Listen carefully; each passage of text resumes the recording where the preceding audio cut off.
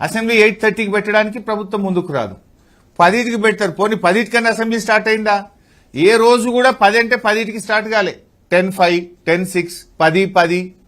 అసలు సమయ పాలన లేదు, సభ అంటే మర్యాద లేదు, గౌరవం లేదు. ఇదేదో గాంధీ భవన్ లాగా మార్చేసిండు శాసనసభను. గాంధీ భవన్ లో మీ ఇష్టం చేసుకోండి. శాసనసభ అంటే అన్ని పక్షాలది, అత్యున్నత ప్రజాస్వామ్య విలువలు కలిగిన చట్టసభ. ఈ చట్టసభ ప్రతిష్టను గౌరవాన్ని కూడా మంటగలిపే విధంగా ప్రభుత్వం యొక్క వ్యవహార శైలి ఉండే. హౌస్ అడ్జెంట్ ఫర్ టీ బ్రేక్ అంటారు. టీ బ్రేక్ ఎంతసేపు ఉంటుందండి? 10 నిమిషాలు ఉండాలి. హౌస్ అడ్జెంట్ ఫర్ లంచ్ బ్రేక్ అంటారు. లంచ్ అంటూ అర్ధగంట 45 నిమిషాలు ఉండాలి.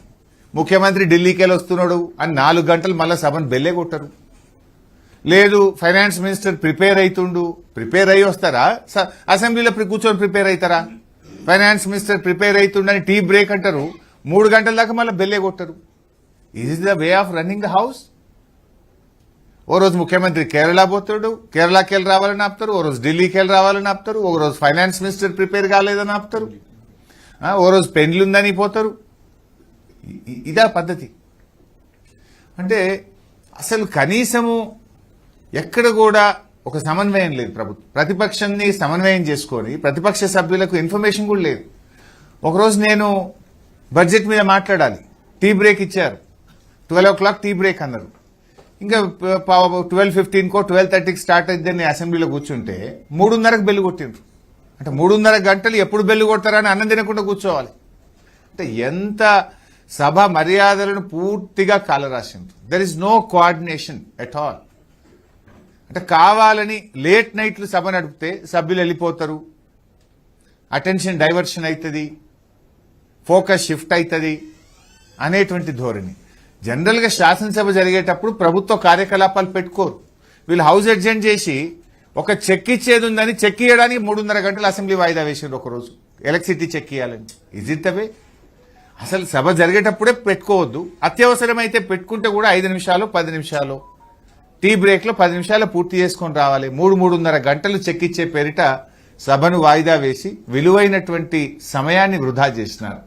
ప్రజా సమస్యలు చర్చకు రాకుండా సభను వాయిదా వేసుకొని గంటల తరబడి ఇవాళ సభా సమయాన్ని ఈ ప్రభుత్వం వృధా చేసింది. బిల్లులు గందరగోళం మధ్యనే బిల్లులు పాస్ చేసుకోవడం. ప్రధానమైన ప్రతిపక్షం బీఆర్ఎస్ పార్టీని 2 రోజులు సస్పెండ్ చేసి అనేక బిల్లులు అనేక పద్దులను కూడా గెలటిన్ చేసి చర్చ లేకుండా పాస్ చేసుకున్నారు. కావాలనే ప్రధానమైనటువంటి ఇరిగేషన్ 2వ రోజు ఉంటే దాన్ని చివరి రోజు పెట్టి మమ్మల్ని సస్పెండ్ చేసి చర్చకు రాకుండా బిల్లు పాస్ చేసుకునే ప్రయత్నం చేసినారు. బిల్లులు కూడా మొదటి వారం రోజులు ఎక్కడ బిల్లులు తేలేదు. అన్ని బిల్లులు చివరి రోజు పెట్టి లాస్ట్ రోజే అప్రాప్రియేషన్, లాస్ట్ రోజే 10 బిల్లులు, లాస్ట్ రోజే అన్ని పద్దులు. అంటే మీ ఉద్దేశం ఏంది? చర్చ జరగొద్దు. అసెంబ్లీ వారం రోజులు ఎక్స్టెండ్ చేయండి అని అడిగాం, దానికి ప్రభుత్వం ముందుకు రాలేదు. అంటే అసెంబ్లీ పని దినాలు రోజు రోజుకు తగ్గిపోతా ఉన్నాయి. ఆ హేట్ స్పీచ్ బిల్లు తెచ్చి లాస్ట్లో పెట్టిండ్రు. అనేక విమర్శలు రావడంతో తోక ముడిచిన పరిస్థితి. మేము ఏదైనా ఇష్యూస్ ప్రజా సమస్యలు మేము ప్రస్తావిస్తే పద్దులున్నాయి కదండి, పద్దుల మీద మాట్లాడండి అంటారు.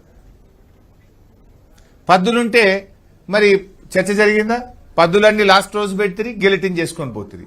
ఏదైనా పబ్లిక్ ఇష్యూ మూసీ మీద మాట్లాడినాము, ఉద్యోగస్తుల డిఏల గురించి పీఆర్సీ గురించి మాట్లాడినాము, ఆర్టీసీని ప్రభుత్వ ఉద్యోగులుగా విలీనం చేసేటువంటి విషయం తెచ్చాము, ఆసరా పెన్షన్ 4,000కి ఎప్పుడు వేస్తారని అడిగాము, మహాలక్ష్మి 4,000 గురించి అడిగాము, 2,500 మహాలక్ష్మి కింద ఇస్తాం ఎప్పుడు ఇస్తారు అని అడిగాము. ఏది అడిగినా పద్దుల మీద మాట్లాడమంటారు. పద్దులేమో చర్చ జరగకుండా గెలిటిన్ చేసుకొని పారిపోతారు. ఇప్పుడు కేరళ ఎలక్షన్స్ ఉన్నాయి, మేము ఆడికి పోవాలి, 30 తారీఖు అసెంబ్లీ ఖతం. అంటే మీ కేరళ ఎలక్షన్ మీకు ముఖ్యం కావచ్చు, ఈ రాష్ట్ర ప్రజలకు రాష్ట్ర శాసనసభ ముఖ్యం. బీఆర్ఎస్ పార్టీకి ఈ రాష్ట్ర ప్రజలు మాకు ముఖ్యం, ప్రజా సమస్యలు మాకు ముఖ్యం. మీరు కేరళ ఎలక్షన్స్ ఉన్నాయని 30 తారీఖు అసెంబ్లీ బంద్ చేసి మొత్తం కేబినెట్ ఇవాళ కేరళకు తమిళనాడుకు పోయింది. Is it the way? మీకు రాష్ట్రం ముఖ్యమా, రాష్ట్ర ప్రజలు ముఖ్యమా, ఈ శాసనసభ ప్రతిష్ట ముఖ్యమా, మీ కేరళ ఎలక్షన్స్ ముఖ్యమా? ఇలా సభలో అన్ని నాటకాలే. ఏది చర్చిద్దామన్నా అటెన్షన్ డైవర్షన్ పాలిటిక్స్. సభలో నాటకాలు జాలేయట, ఇంకా పోయి రవీంద్ర భారతిలో నాటకాలు వేసిండ్రు. అరే ఉన్న టైమే తక్కువ, సభలో మాట్లాడదాము అంటే లేలే గేమ్స్ ఉన్నాయి 4 గంటలకు అసెంబ్లీ ఖతం, నాటకాలు ఉన్నాయి 4 గంటలకు అసెంబ్లీ ఖతం. ఇవాళ సభలో చేసే నాటకాలు చాలేట్టుగా బయట పోయి నాటకాలు చేసిండ్రు. ఇలా బిజినెస్ కు సమయం సరిపోతలేదు, అసెంబ్లీ పని దినాలు పెంచండి అంటే పని దినాలు పెంచరు. 3 గంటలు 4 గంటలు సభను వాయిదా వేసుకొని చర్చ జరగనియ్యరు. ఇంకా ఇది చాలదన్నట్టు ఆటలు నాటకాలు. అంటే మీ సభా సమావేశాలు జరగకుండా మీ సరదాలు తీర్చుకోవడానికి సభను గాలికి వదిలేసిండ్రు. సభా సమయాన్ని వృధా చేసినటువంటి ప్రయత్నం చేస్తున్నారు. పొంగులేటి గారి అవినీతిని మేము సాక్ష్యాధారాలతో సహా బయట పెడితే ప్రజల దృష్టి మరల్చడానికి డైవర్షన్ పాలిటిక్స్. సభా సంఘం అడిగితే దానికి విలువే లేదు, ఏ సభా సంఘం పనికిరాదు. మీరు సభా సంఘంని తక్కువ చేయడం అంటే శాసనసభను తక్కువ చేయడం, అసెంబ్లీకి శాసనసభ్యులకు ఉన్న గౌరవాన్ని తగ్గించడం. శాసనసభా సంఘం అంటే ఏంటి? అన్ని పక్షాలతో అన్ని రాజకీయ పార్టీల శాసనసభ్యులతో ఏర్పడేదే శాసనసభా సంఘం. అంటే మీరు శాసనసభ గౌరవాన్ని, సభ్యుల గౌరవాన్ని, ప్రతిష్టను తగ్గించే విధంగా సభా సంఘం వెయ్యము, సభా సంఘం దండగానే రీతిలో ప్రభుత్వం సమాధానం ఇస్తా ఉంది. అంటే రెడ్ హ్యాండెడ్ గా ప్రభుత్వ అక్రమాలను మేము బయటపెట్టే ప్రయత్నం చేస్తే ముఖ్యమంత్రి గారు ఏ సాక్ష్యాధారాలు లేకుండా మా మీద ఆరోపణలు చేసి డైవర్షన్ పాలిటిక్స్ పాల్పడే ప్రయత్నం చేస్తా ఉన్నారు.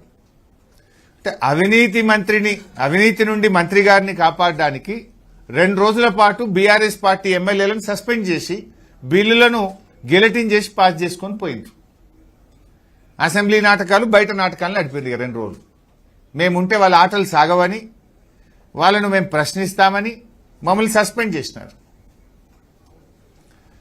ఇవాళ ముఖ్యమంత్రి గారు, బట్టి విక్రమార్క గారు, ఉప ముఖ్యమంత్రి గారు మా బడ్జెట్ చింపుతారా అని మాట్లాడే ప్రయత్నం చేస్తా ఉన్నారు. ఎస్, చింపినాం. ఎందుకు చింపినాం? మీ బడ్జెట్లో ఏమి లేదు డొల్ల గనక మీ బడ్జెట్ కాయిదాలు చింపి మా నిరసన తెలియజేసినాం. బడ్జెట్లో మీరు ప్రజలకు ఇచ్చిన 6 గ్యారంటీలు లేవు గనక చింపి మా నిరసన తెలియజేసినాం. మీరు పెట్టింది 3వ బడ్జెట్, ఇక మిగిలింది ఒకటే బడ్జెట్. మీకు మీ ప్రభుత్వం గెలిచిన దాంట్లో 3.5 సంవత్సరాలు అయిపోతుంది ఈ బడ్జెట్తో. ఇక మిగిలేది ఒకటే బడ్జెట్. 100 రోజుల్లో 6 గ్యారంటీలు అమలు చేస్తామని మొదటి గ్యారంటీ అవ్వాతాతలకు 4,000 పెన్షన్ మీరు 3 బడ్జెట్లలో పెట్టలేదు. 1 కోటి మంది మహిళలకు నెల 2,500 ఇస్తామని 3 బడ్జెట్లలో పెట్టలేదు. మహిళలకు మోసం, అవ్వాతాతలకు మోసం, రైతులకు మోసం, నిరుద్యోగులకు మోసం, విద్యార్థులకు మోసం, రాష్ట్ర ప్రజలందరినీ మీరు మోసపు చేసింది కనుక మీ మోసాన్ని తెలియజెప్పడానికి బడ్జెట్ పుస్తకాలు చింపి నిరసన తెలియజేసినాం. చెవులో పువ్వులు పెట్టుకొని నిరసన తెలియజేసినాం. ఇంట్లో తప్పెట్లయితుంది? మీరు ఎవరి చెవులలో పువ్వులు పెట్టిండ్రు? ఇప్పుడు మీరు 6 గ్యారంటీలు 100 రోజుల్లో అమలు చేస్తామని చెప్పి మీరు కదా ప్రజలకు చెవులలో పువ్వులు పెట్టినారు, మీరు కదా ప్రజల్ని మోసం చేసినారు. అందుకే ప్రజలకు మీరు చేసిన మోసాన్ని మిమ్మల్ని నిద్రలేపడానికి, మిమ్మల్ని తట్టి లేపడానికి, మీ మోసాలను మీకు అర్థం చేయించడానికి వినూతన రీతిలో చెవులో పువ్వులు పెట్టుకుని నిరసన తెలియజేసినాం. What is wrong in this? బట్టిగారితో మాకేమైనా గెట్టు పంచాయతీ ఉందా? బట్టిగారితో మాకు వేరే పంచాయతీ ఉందా? వ్యక్తిగతం మాకేం లేదు కదా. It is not with Bhatti గారు, it is with the government. Because he is being the finance minister, definite గా అడుగుతాం కదా.